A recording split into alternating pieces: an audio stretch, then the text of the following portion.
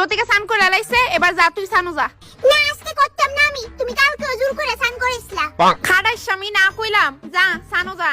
কি তাকো কি তা না, আজকে -7 ডিগ্রি চলতেছে, তবুও যদি চাও স্নান করতাম তাহলে আমার গরম জল লাগবো। বাবা কি ভিআইপি মানুষ এনে, গ্যাস কিটা মাগনা এলো, ঠান্ডা জল দিয়ে স্নান করলে জানোস শরীরে কত উপকার। না আমি অপকার লয়ে খুশি আছি। তারা এনো, হ্যাঁ যাইস না গুণগান, আমি তোর লেগে খাওয়ান আনতাছি, দাঁড়িস কিন্তু এনো।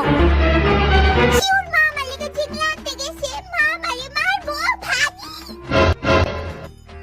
কি লো লতিকা কইলো গেছে তাই? মা তাই আমি বান্দরের মতো লাফাইতে চাই, স্নান করে দিদির মতো ব্ল্যাঙ্কেটের নিচে থাকতে চাই না।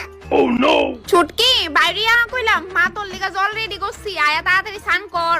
একদম না, এটা একদম সেফ প্লেস, এনো আমারে আশা করি খুঁজে পাইতো না।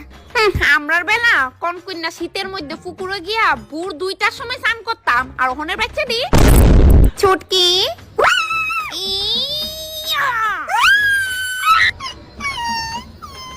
বনু শীতকালটা আমরা এমনি কাটবো। মা মন করে গেছে। Oh no!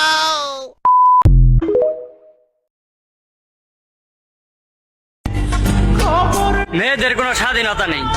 বিয়ের আগে পরিবারের মন জোগায় চলতে হয়, আর বিয়ের পরে নিজের সব ইচ্ছা মাটি চাপা দিয়ে স্বামীর মন জোগায় চলতে হয়।